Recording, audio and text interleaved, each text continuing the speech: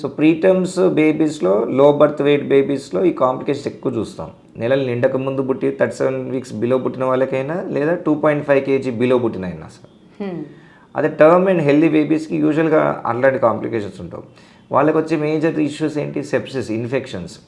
Delivery టైంలో మంచి clean ఎన్విరాన్మెంట్లో delivery అయితే ప్రాబ్లం లేదు. సేఫ్ డెలివరీ అవ్వకుండా మనం హ్యాండిల్ చేయడం పద్ధతి కానీ డెలివరీ అయిన ప్లేస్ని బట్టి ఇన్ఫెక్షన్స్ వచ్చే ఛాన్సెస్ ఎక్కువ ఉన్నాయి. సో ఇన్ఫెక్షన్స్ రాకుండా చూసుకోవడం మన ఉంటుంది రెస్పాన్సిబిలిటీ. నెక్స్ట్ కాంప్లికేషన్ ఏంటి? జాండీస్ యూజువల్ అందరికీ వస్తుంది, కానీ కొన్నిసార్లు ఎక్సెస్గా జాండీస్ బిలిరూబిన్ అనేది ఎక్కువ అక్యుములేట్ అయింది అనుకోండి, అది గమనించకపోతే అది బ్రెయిన్ వరకు రీచ్ అవ్వచ్చు. సో నియోనటల్ జాండీస్ గురించి ఆలోచించుకోవాలి మనం.